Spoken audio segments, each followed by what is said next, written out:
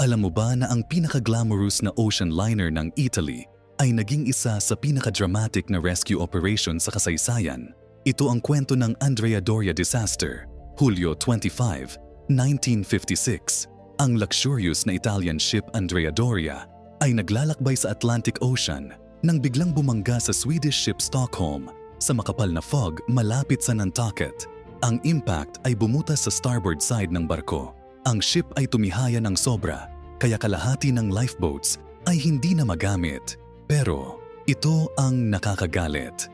Ang first-class passengers ay may priority sa mga rescue boats, habang ang mga third-class passengers ay naiwan sa tuluyang lumubog na barko.